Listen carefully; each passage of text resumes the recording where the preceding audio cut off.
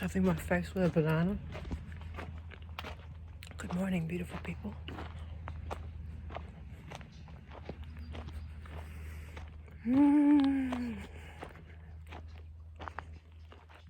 It's so nice in the sun, but it's actually freezing cold in the middle of winter, which I love. I'm not whinging about it. I would take this weather over summer any day. How is everybody? Hope everyone's doing good. I'm doing good. I'm doing really good. What can I say? Enjoying the nice cold weather. However, we still haven't had any rain. It's so dry. And I have been busy planting this area here. I've got a new olive, and a couple of mulberries that I've actually grew from cuttings. Mulberry, by the way, is one of the easiest to grow from cuttings. And I'm getting ready because I've purchased a 25,000 litre water tank right in this area, and it's coming in 2 weeks. So that means I'm going to help alleviate my water bill, because my water bill every month is just hideous. Not so much now. Well, actually, no, it was about $400. I just got one this morning, but the summer one was like $1,300. I'm not doing this. And if I can buy a water tank for a few $1,000s and then hopefully get some rain before Christmas and summer, and I can use that water, and I bought a pump. The pump's already here, and I can connect the pump up and just use as much water as I want on the garden. Because I actually I looked at my annual water bill, and last year combining with this year, I've probably used about 8,000. I'll say the range of about 8,500 to 9,000 litres of water. Litres or kiloliters? I don't know. Anyway, it's a lot. And if I've got a 25,000 litre water tank that I can use instead, that would be fantastic. So the goal in the next couple of weeks is to put a gutter on the shed. I've got the gutter down there. I salvaged an old gutter. I bought some gutter brackets yesterday, and I'm going to have my cowboy friend come and help me put it all up and push this tank into place with a couple of other fellas, because it's too heavy. It weighs like 400 kilos. So let's hope that this helps the water bill. I don't know how long it's going to take to fill this 25,000 litre tank. This one over here is a 14,000 litre, and after 2 years, that is still not full. It's about 2 feet from the top, but I would estimate I've probably got about 10 to 11,000, probably 12,000 litres of water in there. So that could save me for the summertime. If I don't get any water in the big tank when it's all set up, then I will switch the pump over, or even buy a second pump and put it on this tank and use that water over the summer. And I don't care if it takes all the water out of the tanks, because I don't want this ridiculous water bill. And I want a beautiful garden, but I don't want a ridiculous water bill. Oh, the sun's a bit bright now. So yeah, what else can I say? Busy with uni. Really, I'm at the end of, we do trimesters now, so no semesters, but trimester 2, coming to the end of it.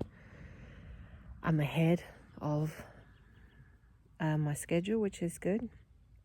And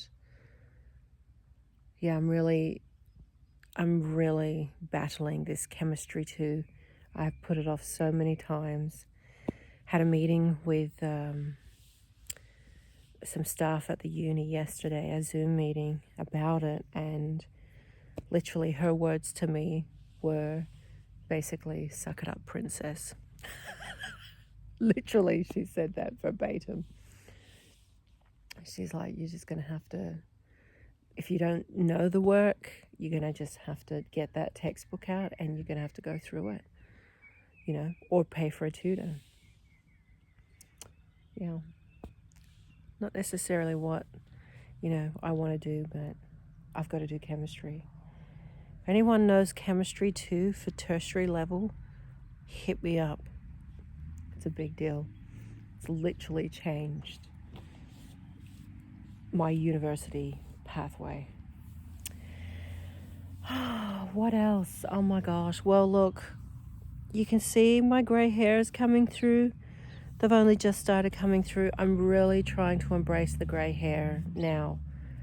I keep going back and forth, but I really, really, really want to stick this out, because this is the hardest part, is this stage or the next 6 months to a year, because you're going to have such an ugly regrowth.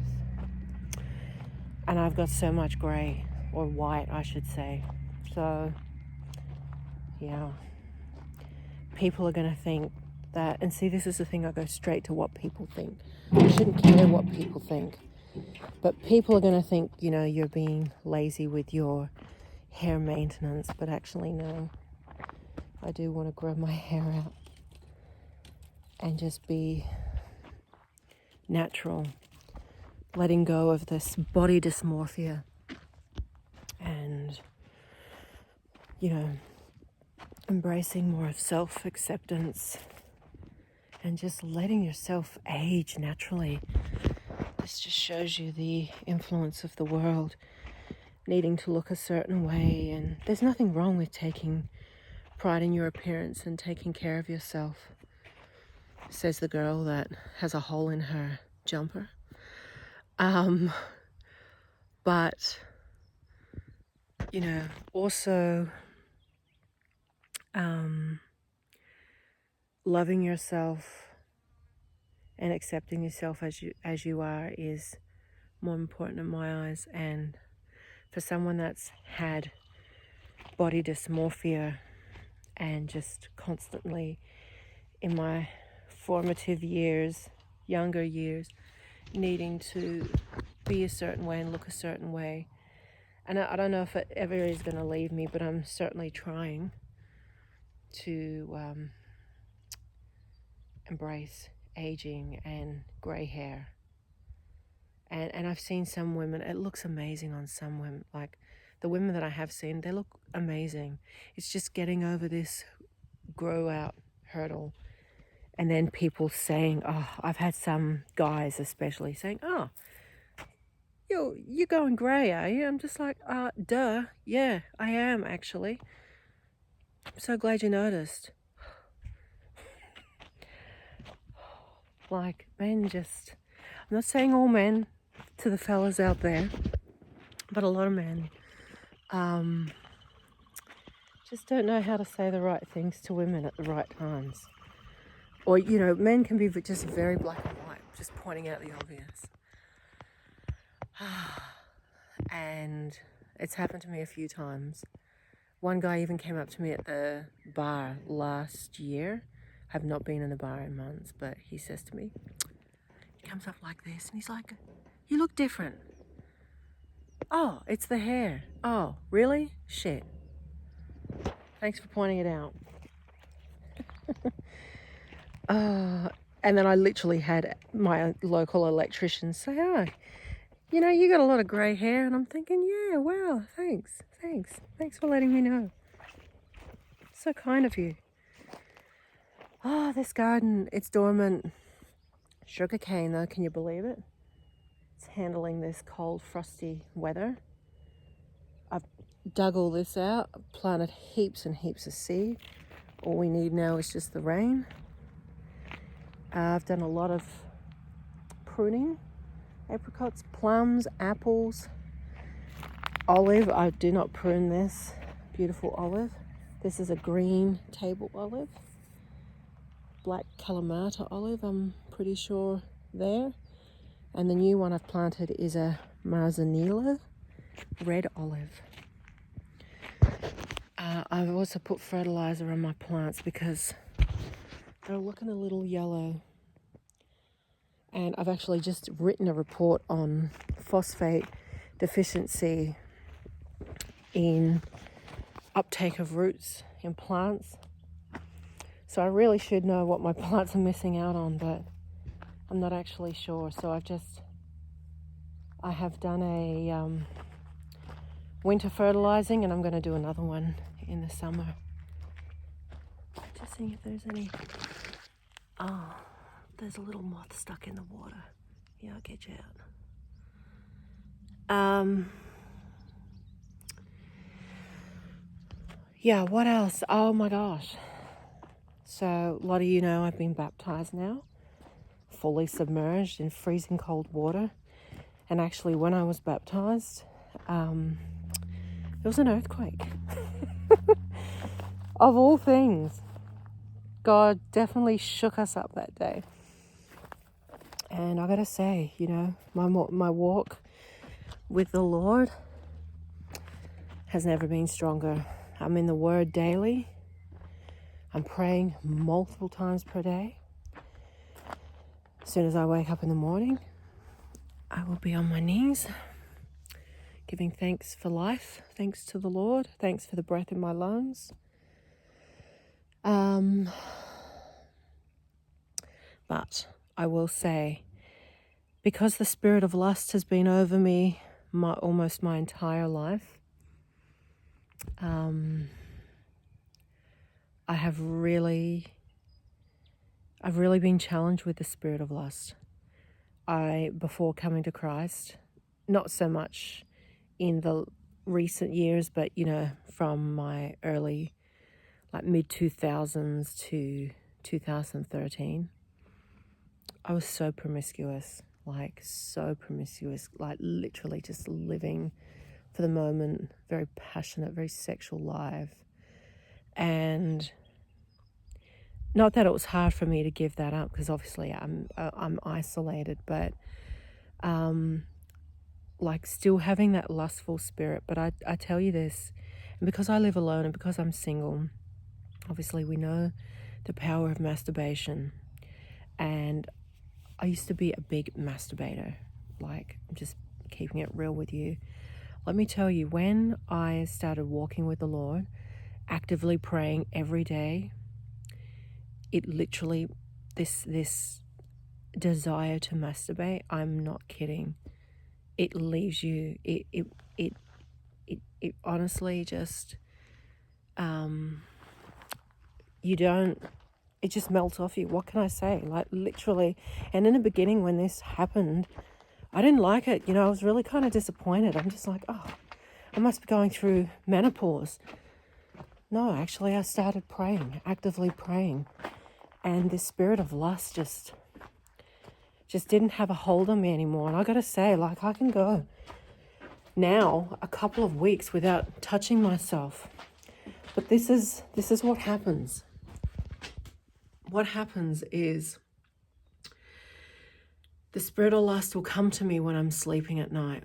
Literally, I will have the most sexual dreams, or really promiscuous dreams, and I will wake up literally touching myself. It's like the spirit of lust has invaded my sleep time. And so I've really ramped up and asked for protection from the Lord in my sleep time to not have these promiscuous dreams, because I notice when I have these dreams, the whole next day, like it's like a I'm left with this aftermath feeling of needing to touch myself that day. Like, yeah, like it's really, it's very powerful. The spirit of lust, that Jezebel spirit, is very, very powerful. And it's tough to resist that. So obviously when I'm strong in the word and I'm strong with the Lord on the daily, the enemy knows my weakness, and for sure it is lust and being lustful. And it has definitely diminished since coming to the Lord and walking with the Lord. Daily prayer, it's literally melted off me. I can't explain it. However, at nighttime, when I'm sleeping, is when, obviously, because when you're asleep, you're vulnerable. Although before I go to bed, I pray and ask for protection. But sometimes God gives us these experiences in order for us to overcome them as well, and to have more strength, and to really press into the Lord deeper. And I had a dream, so I broke. So, I had a dream a couple nights ago of someone that I had attraction to a few years ago. And I actually saw them recently, but I had no attraction to them at all anymore. But it was the opposite for them. They actually had a strong attraction to me. And I hugged them, to say goodbye. And he literally did not let me go. I'm thinking, whoa, it's just like flipped. I mean, I knew he had attraction before, but I was so much more into him before. And that was before I was walking with the Lord. And so when I saw him again, I didn't have that same attraction, but literally, he definitely felt something. And I had a dream about him like 3 nights ago, and I woke up and I was just, I could just feel the spirit of lust just dribbling over me. I'm just like, oh my gosh. And I got down on my knees. I'm like, Lord, please. It's very hard to push through in those times. And unfortunately, I didn't resist. I had to touch myself. And it's tough. It's tough in those moments. But it's not tough, when you don't have those dreams. So I, can go 2 or 3 weeks without even thinking about masturbating or feeling an urge to masturbate. It's only when I have these dreams that, if there's any weakness still on me, it is this that I need to work through, because everything else I feel strong with the Lord. But the enemy and the darkness, it is rampant in the world right now, and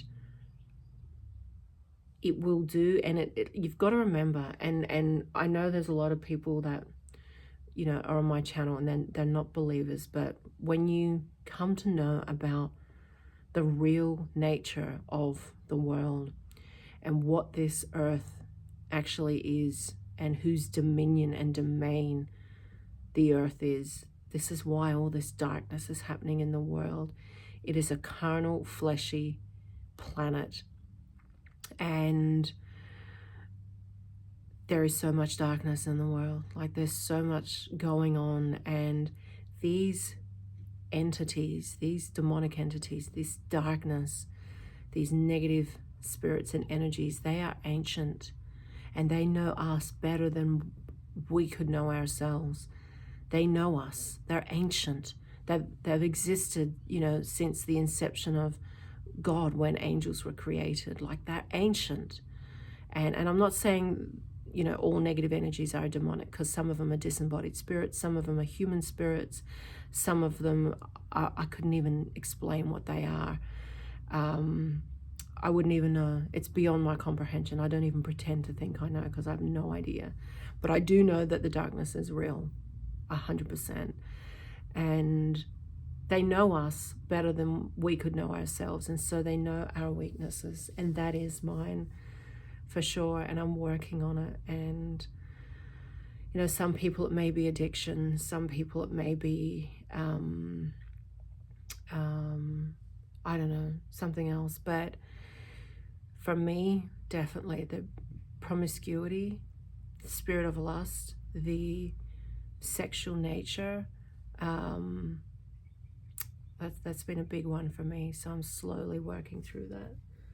And through the daytime, I feel strong. It's at night where, you know, things happen. So anyway, this is what's happening in my life right now. I'm at my shed. I come out here painting. Oh, I didn't even show you my painting. Oh my gosh. I've almost finished a portrait of one of my ancient Scottish ancestors, who is Marjorie Bruce. I should say Princess Marjorie Bruce. She is my 25th great-grandmother. She is the daughter of King Robert the Bruce. Who would have thought? And so I've painted her. She's not yet done. Almost. I'll put a light on maybe. I've made a bit of a mess, so I've got to clean it up. But yeah, she's a work in progress. Anyway, love you guys. Have a great day. God bless you wherever you are.